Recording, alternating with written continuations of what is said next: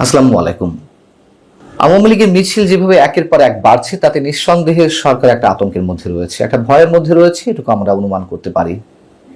যেই মিছিলগুলো রাজধানীর মধ্যে সীমাবদ্ধ ছিল গত কয়েকদিনে, তা এখন রাজধানীর বাইরেও অনুষ্ঠিত হচ্ছে এবং সরকার যে চাপের মুখে রয়েছে বা একটা আতঙ্কের মধ্যে রয়েছে, এর পাশাপাশি পুলিশের ভূমিকা নিয়ে, গোয়েন্দা সংস্থার ভূমিকা নিয়েও সরকারের মধ্যে প্রশ্ন তৈরি হয়েছে এবং একই সঙ্গে পুলিশ সদস্যরা বিব্রতকর অবস্থায় রয়েছেন, চাপের মুখে রয়েছেন, নানান ধরনের দান্দিকতার মধ্যে রয়েছেন।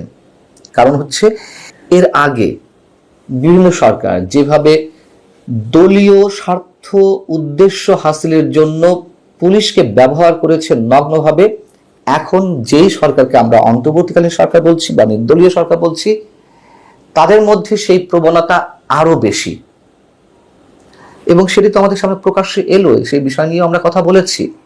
শনিবার আওয়ামী লীগের মিছিল নিয়ে আমাদের স্বরাষ্ট্র উপদেষ্টা লেফটেন্যান্ট জেনারেল অবসরপ্রাপ্ত জাহাঙ্গীর আলম চৌধুরী কি বললেন আপনারা জানেন, যে আওয়ামী লীগের মিছিল ঠেকাতে ব্যর্থ হলে সংশ্লিষ্ট পুলিশ সদস্যদের বিরুদ্ধে বিভাগীয় ব্যবস্থা নেওয়া হবে।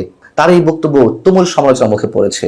স্বরাষ্ট্র উপদেষ্টা এখন তোপের মুখে। তার এই বক্তব্য দেওয়ার কারণে সাধারণ মানুষ থেকে শুরু করে যারা রাজনীতি সচেতন বা আইন বিষয়ে সচেতন, তাদের মধ্যে নানান ধরনের বক্তব্য তাদের মুখ থেকে আসছে স্বরাষ্ট্র উপদেষ্টাকে কেন্দ্র করে, যে একজন আইনের লোক হয়ে তিনি কিভাবে প্রকাশ্যে এই ধরনের বেআইনি কাজে নির্দেশনা দিতে পারেন।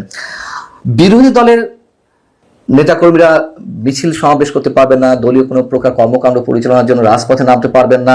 তাদের উপরে যে হামলা পুলিশের পক্ষ থেকে হোক, কিংবা বিশেষ করে আমি আওয়ামী সরকারের সময়ের কথা বলছি, অন্যান্য সরকারও এই ধরনের কাজ করেছে, কিন্তু গত 15 বছর এইগুলো দেখে আমরা অতিমাত্রায় অভ্যস্ত হয়ে উঠেছি। আমাদের কাছে দৃশ্য পরিচিত, কিছু কাটছাট করার কোনো প্রয়োজন নেই। কিন্তু যেই সরকারকে ফ্যাসিস্ট এবং স্বৈরাচারী সরকার বলা হচ্ছে, সেই আওয়ামী সরকারের সময় কোন স্বরাষ্ট্রমন্ত্রী তো প্রকাশ্যে এভাবে ঘোষণা দেননি যে অমুক দলের মিছিল প্রতিরোধে ব্যর্থ হলে পুলিশের বিরুদ্ধে ব্যবস্থা নেওয়া হবে। তারা যা বলেছে আকার ইঙ্গিতে বলেছে, অথবা ভিতরে ভিতরে তাদের নির্দেশনা ছিল, এটা আমরা ধরে নিতেই পারি। কিন্তু প্রকাশ্যে এইভাবে কোন স্বরাষ্ট্র উপদেষ্টা বলেছেন এমন কোনো নজির নিশ্চয় নেই। স্বৈরাচারী বা ফ্যাসিস্ট সরকারগুলোর মুখে তাও লাগাম ছিল, কিন্তু এই যে অন্তর্বর্তীকালীন সরকার, তারা তো কোনো রাগ ঢাক রাখছে না। কেন তারা এতটা নির্লজ্জের মতন, এতটা ওপেন বেআইনি কথাবার্তা, যেই উপদেষ্টা বা মন্ত্রী সমমর্যাদা যে ব্যক্তি, তিনি আইন প্রয়োগের কথা বলবেন যথাযথ বিধিবিধান মেনে, সেখানে তিনি প্রকাশ্যে আওয়ামী লীগের মিছিল ঠেকানোর কথা বলছেন, না হলে শাস্তি পেতে হবে। আওয়ামী লীগ তো এখনো নিষিদ্ধ হয়নি, নিষিদ্ধ করার পরিকল্পনা হয়তো অনেকের মধ্যে রয়েছে, কিন্তু যেহেতু এখনো পর্যন্ত হয়নি, কেন এই কাজটি করবেন? আমরা সরকারের পক্ষ থেকে এই কৌশলটুকু অবলম্বন করতে দেখছি না, যে ভিতরে ভিতরে নির্দেশনা দিয়ে, কিন্তু তারা এখন ওপেন বলছেন। বারবার যে বলা হয় সরকারের পক্ষ থেকে যে আইন শৃঙ্খলা পরিস্থিতি কেন রিস্টোর করা যাচ্ছে না বা খুব ধীর গতিতে এগোচ্ছে, তার কারণ পুলিশ মনোবল ফিরে পায়নি। কেন মনোবল ফিরে পায়নি? পুলিশ আক্রমণের শিকার হয়েছে 5 আগস্টের আগে পরে, এবং যারা আক্রমণ করেছেন তাদের যুক্তিটা হচ্ছে এই পুলিশ ফ্যাসিস্ট সরকারের পক্ষে বা আওয়ামী লীগের পক্ষে নগ্নভাবে কাজ করেছে। আচ্ছা, তাহলে পুলিশের মধ্যে মেসেজটা তো এই যে তাদেরকে ব্যবহার করা হয়েছে, এখন তারা আক্রমণের শিকার। এখনো পুলিশ যে নগ্নভাবে ব্যবহৃত হবে, কার বিরুদ্ধে ব্যবহৃত হবে? সেই আওয়ামী লীগের বিরুদ্ধে। তাহলে এখন কি আওয়ামী লীগের নেতা কর্মীদের আক্রমণের শিকার তারা আবারও হবেন কিনা নতুন ভাবে, সেই জিনিসটা নিয়েই তো তারা দ্বিধাদ্বন্দ্বে রয়েছেন। তাহলে তারা কিভাবে মনোবল ফিরে পাবেন, কিভাবে কাজ করবেন পেশাদারিত্বের সঙ্গে পুলিশ সদস্যরা? এবং আমরা যেটুকু জেনেছি ডিএমপি এর সূত্রে, ঢাকা মেট্রোপলিটন পুলিশের সূত্রে, যে গত কয়েকদিনে বা 2 দিনে 17 এবং 18 এপ্রিল আওয়ামী লীগের ঝটিকা মিছিল করার কারণে এর মধ্যে 12 জনকে আটক করা হয়েছে। নির্দেশনা দেওয়া হয়েছে সরকার ভিতর থেকে কিভাবে আওয়ামী লীগের মিছিল ঠেকাতে কাজ করতে হবে। গোয়েন্দা সংস্থাগুলো সমন্বয়ে কাজ করছে আইন শৃঙ্খলা রক্ষাকারী বাহিনী, এবং আওয়ামী লীগের ঝটিকা মিছিল বন্ধে ডিএমপি যেটি জানাচ্ছে গণমাধ্যমকে, যে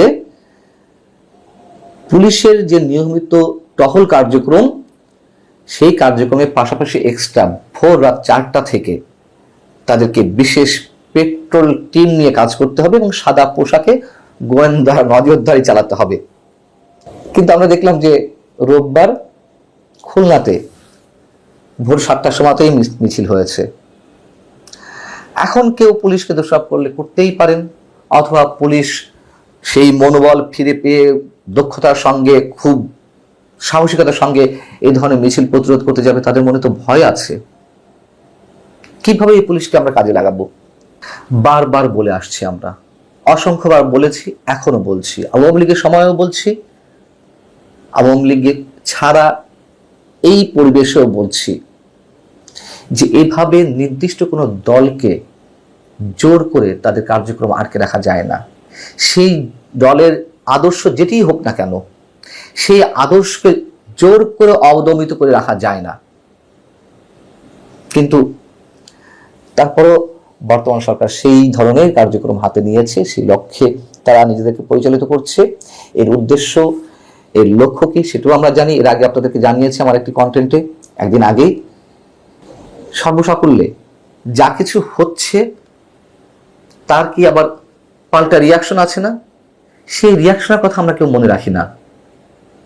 বিএনপি যেমন মনে রাখেনি, আওয়ামী লীগ মনে রাখেনি। বিএনপি আওয়ামী লীগের মতন আবার যে সোকল্ড নির্দলীয় সরকার, তারাও মনে রাখছে না। এর প্রতিফলটা কি? এই রিটার্নটা কি? কেন আমরা এটুকু বুঝতে পারছি না? এবং যদি অন্তর্বর্তীকালীন সরকার, তত্ত্বাবধায়ক সরকারের কথাও আমরা এক্সাম্পল হিসেবে নেই, 111 সরকারের অনেক উপদেষ্টা তাদের ক্ষমতা অপব্যবহার তো আমরা দেখেছি। আমি বলছি না যে স্বরাষ্ট্র উপদেষ্টা তার ক্ষমতা অপব্যবহার করছে, তিনি তো সরকারের হয়ে কাজ করছেন, তিনি এককভাবে কাজ করছেন না। সো আমরা আগের কোনো উপদেষ্টার পরিণতি দেখেছি, এখনো হয়তো আমাদের সে ধরনের অপেক্ষায় থাকতে হবে। আমরা চাই না যদিও এই ধরনের কিছু হোক। সোনার বাংলাদেশ, সোনার 2টা করে ডিম পারতো, এই সোনার মুরগিটা আপনার দেশ থেকে তাড়াইছেন। কেন তাড়াইলেন? এই দেশটা অকার্য করে লাইছেন, ওরা বর্তমানে ডাইনে ছেলে খিচুড়ি করে লাইছেন। এই মাননীয় প্রধানমন্ত্রী শেখ হাসিনা এই দেশের ভিতরে যা উন্নয়ন করছে, এই উন্নয়ন 100 বছরে কোনো ভিত্তি করতে পারবো না। এই দেশের অধিনায়ক হয়েছে বীর বঙ্গবন্ধু, তার অধিনায়ক ছিল কাদের সিদ্দিক, তার ছিল তাইজউদ্দিন, ছিল মুস্তাক আহমেদ। এই দিকে ডেঙ্গে আজকে বড় নৌকাটা ডুবাই লেগেলেন মেরা কোন দেশে পাইছেন? এই দেশের মধ্যে ছিল কয়টা রাজনীতিক বীর, ছিল বট গাছ, ছিল খাজুর গাছ, ছিল আমাদের ওই যে মিক্সির পাল্লা, ছিল বঙ্গবন্ধুর দল। ওই বিএনপি জাতীয় পার্টি, জামাত আগের থেকে 100 বছর আগের দল জামাত। আর মনে করেন যে বিএনপি জাতীয় পার্টি বিভিন্ন দল, এটি স্বাধীনের পরে আইছে। কেন? এই দেশটা কি আমরা কি জনগণ ওদের সাথে করতে? আমরা 18 কোটি লোক, বঙ্গবন্ধু করতে 18 কোটি লোক। আমার মনে করেন ভাই বিএনপি করতে 18 কোটি লোক, কয় কোটি লোক হইলে বাংলাদেশের ভিতরে? তাহলে এই লোকগুলো যদি আমরা 18 কোটি লোক বর্ণন করেন, তাহলে এই দেশের মধ্যে 64টা রাজনৈতিক দল আছে, কয়জন করে মাথা পিছিয়ে পড়ছে? তারপর বলেন আমরা একসাথে এক করে নির্ভয়ভাবে নির্বাচন দেন, ভোট দেন, দেন আমরা কয়টা ভোট পাই আর বঙ্গবন্ধু কয়টা ভোট পায়? আমরা জননেত্রী শেখ হাসিনা দেশ থেকে তারাই দিচ্ছেন, একবারে কামাই রয়েছেন। এই দেশে যোগ্য মূল্যদানটা কমাইতে পারলেন না। কমাইতেন, জনগণের কল্যাণে কাজ করতেন, সমাজে কাজ করতেন, গরিবের ভিতরে তাকাইতেন, রিক্সাওয়ালার প্রতি তাকাইতেন, সাধারণ মানুষের প্রতি তাকাইতেন। কি তাকাইছেন আপনারা? যে খালি করতে আর বস্তা সুইস ব্যাংকে। আপনার কি মনে হয় ওনাকে কি তাড়াই দেওয়া হয়েছে না উনি পালিয়ে গেছে? উনি পলায় যায় নাই, না উনি পলায় যায় নাই। এই দেশে যদি পলায় যায় তাহলে দেশের জনগণের সামনে একটা ভাষণ দিতে হবে, 3 মাস আগের থেকে তার পদক্ষেপ নিতে হবে। এই দেশের জনগণকে কেন শুনছে উনি ভাষণটা? আচ্ছা, 2000 ছাত্রছাত্রী সহকারে এবং আম পাবলিক যারা আছে তাদেরকে শহীদ করা হয়েছে। কেন শহীদ হইল? এটা কি সবাই কি রাজনীতিক? সবাই কি শিক্ষাবিদ? হ্যাঁ, এটা আমার মতো রিক্সাওয়ালা আছে, তোমার মতো একটা রিক্সাওয়ালার ছেলে আছে, এটা কি সবাই রাজনীতিক? আর বর্তমানে যারা রাজনীতিক আইসে এই দেশে, তারা কি এই যে প্রতিষ্ঠানের মালিক হইল? তারা কোনো শিক্ষার প্রশিক্ষণ আছে? হ্যাঁ, রাজনীতিক কোনো প্রশিক্ষণ আছে না? রাজনীতিক কোনো অভিবর্ধন আছে? এটা প্রশিক্ষণ আছে। রাজনীতিক নিয়ে আমরা করতে হইব, দেশ কেমনে চলবো, রাষ্ট্র কেমনে চলবো, জনগণ কেমনে চলবো, এইটার প্রতি আমাদের কোনো লক্ষ্য নাই। আমরা লক্ষ্য হয়েছে কি, তুমি সিট ছাড়ো, আমি বই আমার সিট তুমি ছাড়ো, খালি আসো একটা যুদ্ধের মধ্যে। এই দেশের জনগণ একটা ডাইনে ফেলে খিচুড়ি বানাই রেখে, ডাইনে ফেলে খিচুড়ি বানাইলো। কেন বানাইলে তোমরা? একটা সুরের ডিম পারতো সেই মুরগিটা তোমরা দেশে থেকে দাঁড়াইলা, কেন দাঁড়াইলা? কি অপরাধ করছে? ডিম কে পারতো? শেখ হাসিনা প্রতিদিন 4টা করে ডিম পারতো স্বর্ণের, প্রত্যেকদিন প্রত্যেক দিন স্বর্ণের ডিম পারতো শেখ হাসিনা। কিভাবে? হ্যাঁ, এই যে দেশের ভিতরে যে উন্নয়ন বছর করছে, এই উন্নয়নগুলো 100 বছর করে প্রেসিডেন্ট করতে পারো। অভিশ্রামদের বাড়িতে যদি একটা 5তলা বিল্ডিং উঠান, অভিশ্রামদের ঋণের দরকার আছে। আমরা 10 লাখ টাকা আনে আনছেন, আমরা টাকা হেরে মনে করেন 20 লক্ষ, তখন আপনি কি করবেন? ব্যাংকের তো লোন নেবেন, দেশের ফ্লাট করবেন, তখন ঋণ দেন না, তখন এই টাইমে আমরা তারা দেই, তাহলে দেশে সমাজটা আমি করতে গঠন করুন।